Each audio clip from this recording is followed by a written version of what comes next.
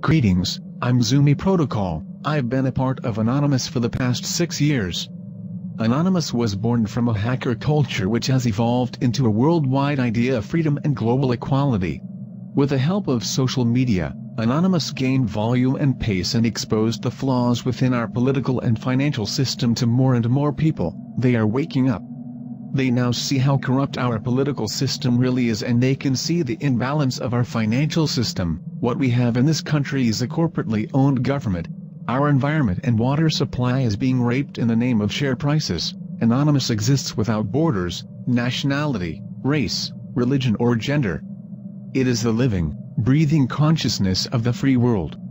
Every November the 5th, the Million Mask March is a sign that humanity, around the world, is crying out for change.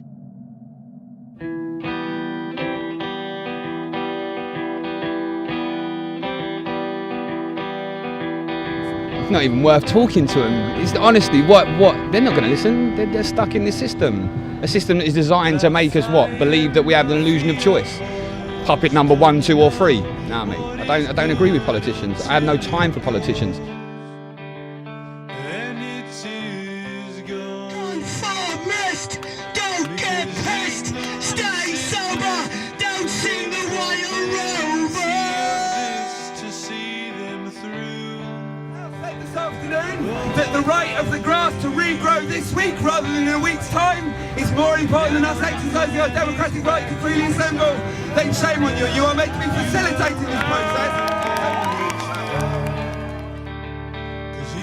I've become tired of living in communities where people turn against one another, where people look for differences, where people look to condemn immigrants, people of different sexual persuasions. This is a genuine opportunity for us to be inclusive, positive, buoyant and optimistic about change.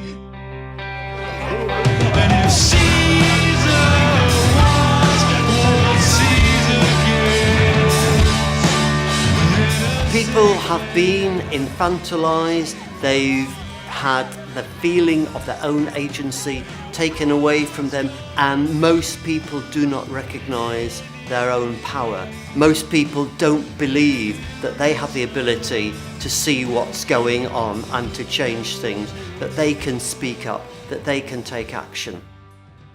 We are not living in a democracy, if you mean by democracy that everybody has the ability to express what they want, or even the majority has the ability to express what they want. If you look at the policies favoured by the majority of the population, they are not the policies of the main political parties. The policies of the main political parties are very much influenced and dictated by the finance sector. So the simple answer would be not really, although it looks like it sometimes. Would it be fair to say that we're living in an economic dictatorship?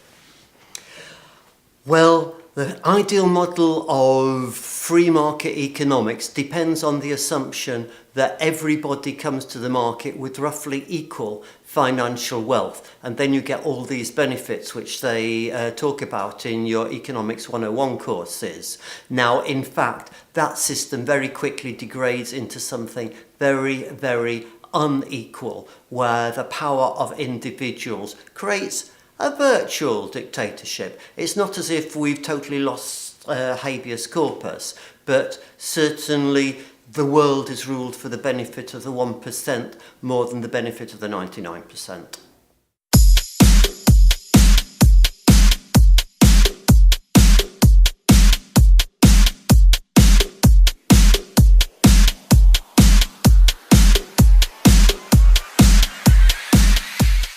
Hi, I'm Patrick Ireland and I'm a student at the London Film School. I previously studied politics at the University of Sheffield, where my interest in so-called fringe political movements was first aroused. Upon moving to London in 2014, I decided that I wanted to make a documentary which would focus on one of these movements, Anonymous. Noodles, a little bit of this chicken here, please. Yeah. And sweet and sour. Can I go to, yeah? Yeah, can of Coke. Actually make it 7-Up. Yeah. Cheers, thanks. By their nature, Anonymous are a highly secretive organisation. Moreover, what distinguishes them from other political movements is the fact that they are non-hierarchical. They don't have a party whip. members of Anonymous can express themselves freely without having to answer to some higher authority or ideology. However, the Million Mask March is a date when all of these factions can come together, united in one belief, that there is something fundamentally wrong with the society we're living in today. To learn more about Anonymous, I decided to meet with the organisers of this year's Million Mask March.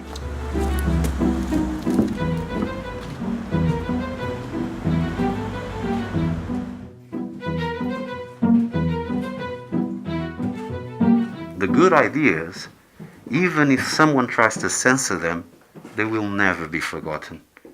So today, we need to assure not only that we'll be entitled to a tomorrow, but we need to ensure that that tomorrow will be better than today. Regardless which country of the world, regardless what's your background, because you stand for the same justice, equality, and freedom as any of your fellow protesters.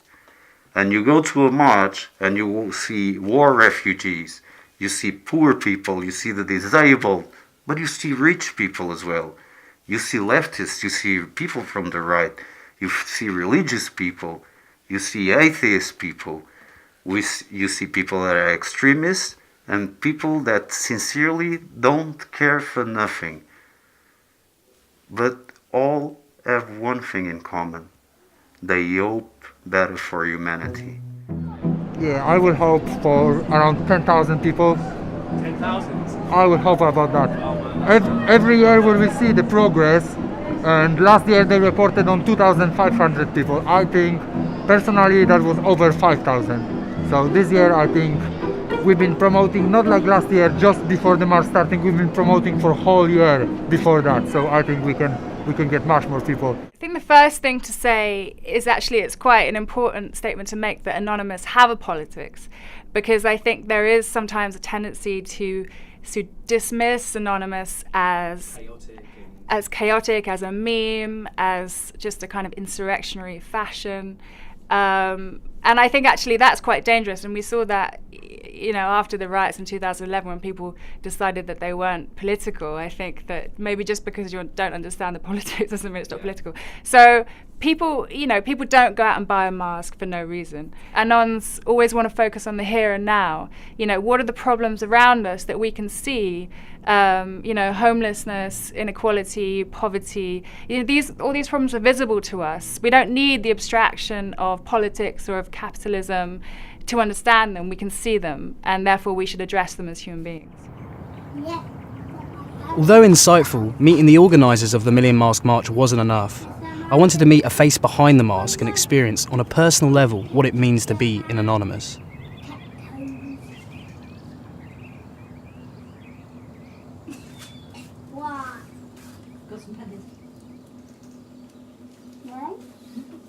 I've always felt like I didn't really fit into society in any way, shape or form. There wasn't really a box that I fitted into. When I was 14, when I was a child, I grew up in care, and I had a full care order from the age of 3, so I didn't really see much of my family. And I used to run away a lot, so I spent some time homeless on the streets, and I was abused in care. And then when I was 14, I started looking at how I could make a difference and play them at their own game. So I learned quite quickly that you needed to know their rules. You needed to know where other people in children's homes were maybe kicking off, being restrained and things like that. I was studying the ways I would get what I wanted. I mean, I had them giving me £50 a week clothing allowance and a trip then moved me to America by the end of it, you know. I learned to play the system. But that led me to Parliament, where I stood up for the Charter of Children's Rights. And I also helped work with the Mayor of Coventry to do one for children in care. So that got me first interested in politics. And then I stood for the Lib Dems and I've stood for the Greens. And I've tried the political road, but it's bullshit. Tell us a little bit more about your experiences on November the 5th. Oh, it's like Christmas. It's like every Anonymous and activist Christmas. We all get together and it's so exciting, and I think that's the whole point in it. And the bonding, and you just know you're going to see all these people, and like months and months before you, everyone just puts, see you on the 5th, see you on the 5th. It's like, oh, the 5th, can't wait.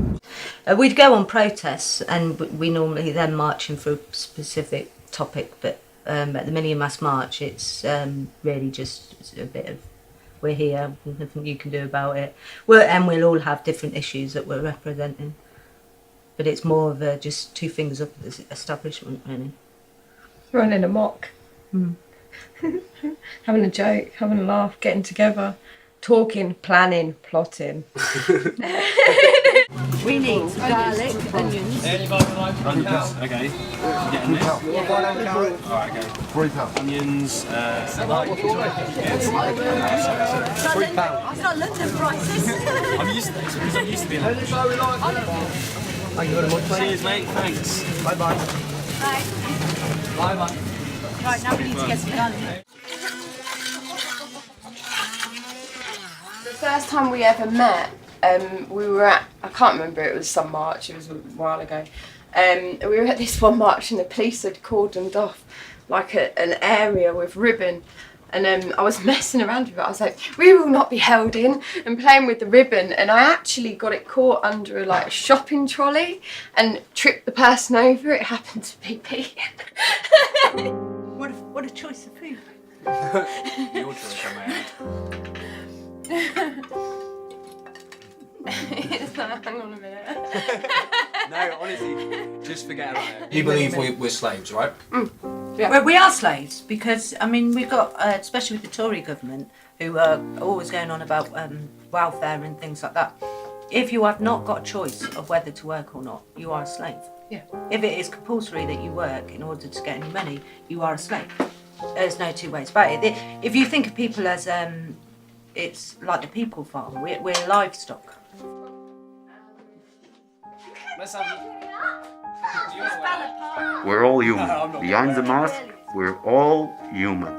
We may have different opinions, we may have different goals, but above all, we make sure that someone is standing tall in order to preserve what humanity should be. Oh, careful, because you'll break it or break your nose.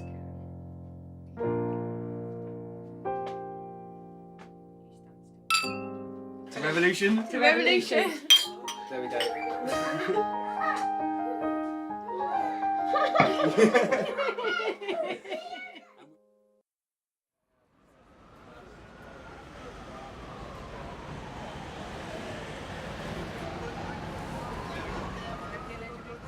Now, I'm a big fan of democracy. Democracy is a good thing, and it has to work when everybody takes part in it. There is a real opportunity here for young people to take back this space that has their name on it. Mm-hmm. And in terms of sort of democracy, do you think democracy is working, or do you think there's a sort of problem with democracy at the moment when, you know, there are protests in London almost every week? In fact, there's a protest going on in Parliament Square that was actually, well, it was stopped by the police.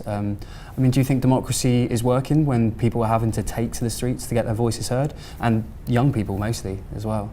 I think, to be fair, democracy probably started because people took to the streets. The history of democracy has protest running through it, and that has to be a very healthy thing. Mm-hmm. Now, as we say, we can talk about the particular policies or the particular things that get people going. But actually, I think today's young people are using a whole range of things to make their voices heard. Some of those are informal politics, and some of those are not. Are they forced to do that, though? I think that's the question. Are people forced to engage in politics through alternative means because they feel like voting and they feel like the system itself isn't geared up to help them, so they're having to go to different channels in order to be political? It's not the fact that they're sort of politically apathetic. They want to come involved in politics, but they're having to go through different channels in order to be political. Well, I think actually the great thing about the modern world is there's a ton of channels available. Yeah. So there are new technical ways of making your voice heard that simply didn't exist 30 years ago. That's actually a really exciting thing. Politics, if you like, in the street is an option today alongside politics on the web, alongside politics inside Parliament, alongside politics everywhere you'd care to look. There's a really exciting range of ways for young people to be involved in their community. Now, you define your community how you like, if it's your community online or if it's your community in a village or in a town or in a city or in a country. All of that, to me, is a very exciting evolution of politics, And I think that young people have every place at the heart of that. I would particularly encourage anyone watching this film, in the group that we're talking about, to get into formal politics. It won't change without you in it. But what if the formal politics doesn't represent, their interests or, their ideas? I suppose it does go back to that idea of all the parties being the same. And it sort of leads on to the next question as well, which is, do you think there's like a problem with the system at the moment? Like, what kind of reforms are needed? Because a lot of young people especially would say that, neoliberal capitalism, what we're living under at this very moment, isn't working. And that it needs to be reformed somehow. I mean, would you agree with that? What kind of reforms are needed? I've actually met very few young people who use that word to describe any of that. Neoliberal capitalism. People just want to get on with their lives, and I think actually democracy has to be flexible enough to do all of that across words long and words short. Democracy means that people's needs have to be balanced, so you're not going to get the thing that you want tomorrow and just as you wanted it. You are going to have to work with what democracy does. But as I've said all the way through, democracy is there for everyone. If you don't like what you see in it, get in yourself and change it. Well, some people will be doing that on the 5th of November. Have you ever heard of the Anonymous movement? I have. We've got actually this mask here. Right, and, nice. Yeah, on the 5th of November, these guys will be marching through the streets of London. Right, good. And they come into Parliament to protest. Yep. Will you be there to hear their voices? Well, I imagine I'll be in Parliament because it's my job as a member of Parliament, but I'll look forward to hearing what they've got to say. Yeah, I mean, do you have any thoughts on Anonymous? Because, as I said, these are people, we've spoken to a few of them actually, and they don't believe democracy works. Right. They have very serious concerns about democracy and about politicians. And I was just wondering if you had any comments on that. Not specifically, I don't. I'll look forward to hearing what they've got to say. And just on the subject of being anonymous and being behind a mask, I think a few of them are actually in Parliament Square right now. Well, that's great. Yeah. That's really good for them. As we said earlier in the interview, they were in Parliament Square, but then the police came in and warded it off and stuff. Well, as we said earlier in the interview, there are a ton of good ways in the modern world to make your views known. I don't get the luxury of being anonymous. I'm an MP. I'm available to my constituents in Norwich. If any of my constituents are amongst that, I'd be looking forward to hearing from them. Okay. So it's the night before the Million Mask March, and I'm both excited and apprehensive about it. This is the closest I'll get to experiencing what it's like to be an Anonymous. From what I've learned speaking to people within Anonymous, the Million Mask March isn't about one single issue. People are there for all kinds of reasons, protesting against what they perceive to be unfairness, inequality and corruption within our society. The march seems to be a more personal experience. You, as an individual, decide what you're protesting against, whether the person marching next to you believes it or not. The point is, though, that things do need to change, that we can't go on living like this. And the march is that statement. It's a statement of solidarity, it's a statement of unity, it's a statement that we're all in this together despite our differences. And I suppose that in itself is the essence of revolution.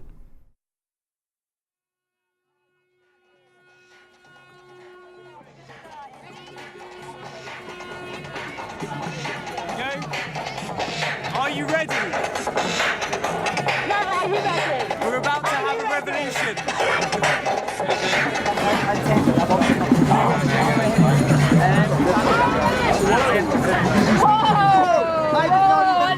Jesus, have you guys seen this? Holy sh! Have you guys seen this?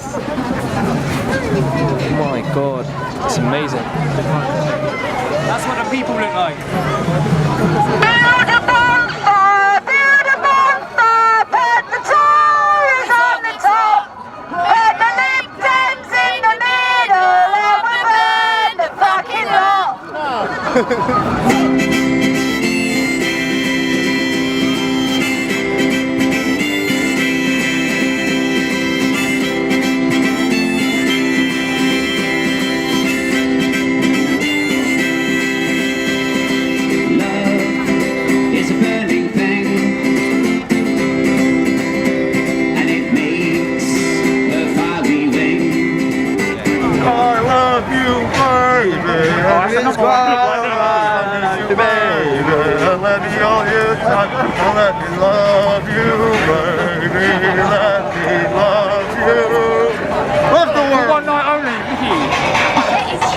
I know, yeah.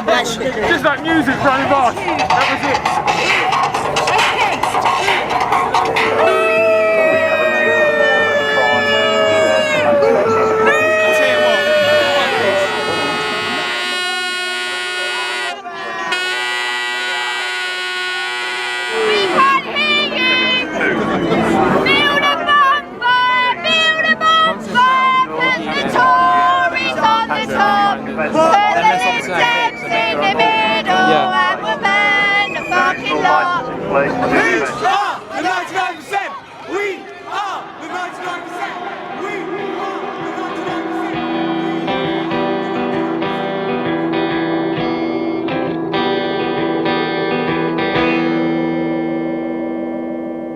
Lafayette Mafia boys don't know what is good until it goes, and it is gone. Because ignorance is bliss, and they've got plenty of this to see them through. But what about you? Now the man is back in town who messed you around and got his fill, 'cause he's full of filth. Oh, how he abused while your ma sat back and used, 'cause she's a fiend, ain't never been clean. And if Caesar wants what Caesar gets, then a safe bet is he wants you. He'll ask of you anything, and in return he'll kill a fool.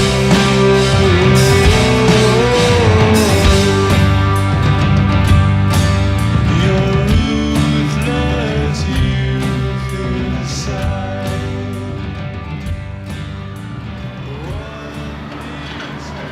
Anonymous, Million Mask March, all these alliteratively named, peculiar, shady, yet populist organisations are the best chance people have in civilised society of having their voices heard. And what would you say to people who say there is no alternative to the current system? That, you know, oh, well, the system works, you know? Well, I think that people that say the system work for the system. They're people for, like, you know, if you're, you know, working at Exxon in an executive position, you've just turned over profits of 58 billion, then it's going really well, everything's cool, everything's fine. If you're an ecological activist concerned about the likely consequences of Exxon drilling in the Arctic or the continuing practice of fracking, then things aren't working so well. If you're one of the millions of people in this country living below the poverty line, things ain't working so well. If you're one of the Americans who had their house foreclosed as a result of the financial collapse in 2008 in America, things ain't working so well. The system works fine, and they're for people that are benefiting from it, like any system, I suppose. But yeah, of course, there are many alternatives. There are millions of different ways of organising society.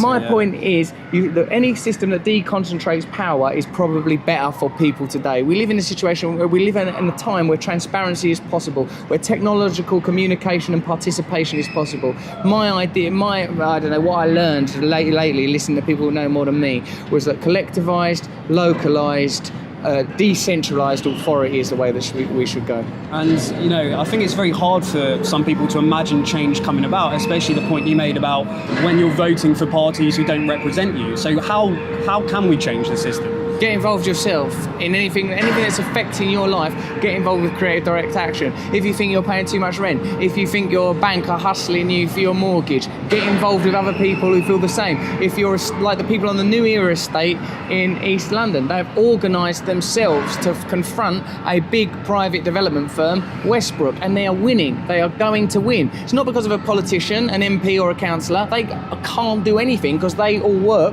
for Westbrook or companies like it. You know, I'm being reductive, but if you want change, as dear old Gandhi says, be the change you want to be in the world, and that means participate, because it's fun and it feels better. One of the things we've lost as a result of this individualistic, materialistic culture is our sense of community and togetherness. One of the ways that we can regain that is through collective action and creative direct action together. And do you think there'll be a revolution? It's Will inevitable. change come about? It's inevitable. Yeah. It's only a timing issue now. It's happening quickly though. The establishment know it's coming. Of course. They're terrified. They're terrified. Well, cheers. Thanks so much for doing Thanks for this. coming to talk to me on a street corner. So November the 5th wasn't the start of the revolution. But then again, history has taught us that revolutions happen over decades, sometimes even hundreds of years before real change comes about. But what this experience has taught me is that Anonymous do have something genuine to say about politics. They're not all conspiracy nuts and cyber thugs. Anonymous represent what I'm sure most of us feel deep down, that there is something wrong with the world, that humanity can do better for itself. And perhaps most importantly, they remind us that a better world is possible, a fairer world. And that, comrades, is a world worth fighting for. We have nothing to lose but our chains.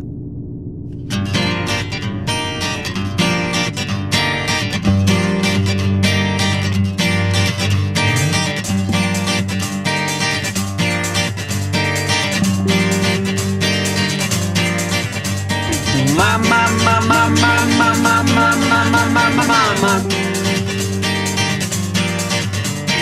Give me time, my friend. Just give me time.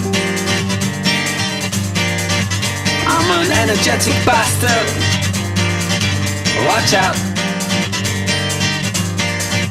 And I used to see my friends get knocked down.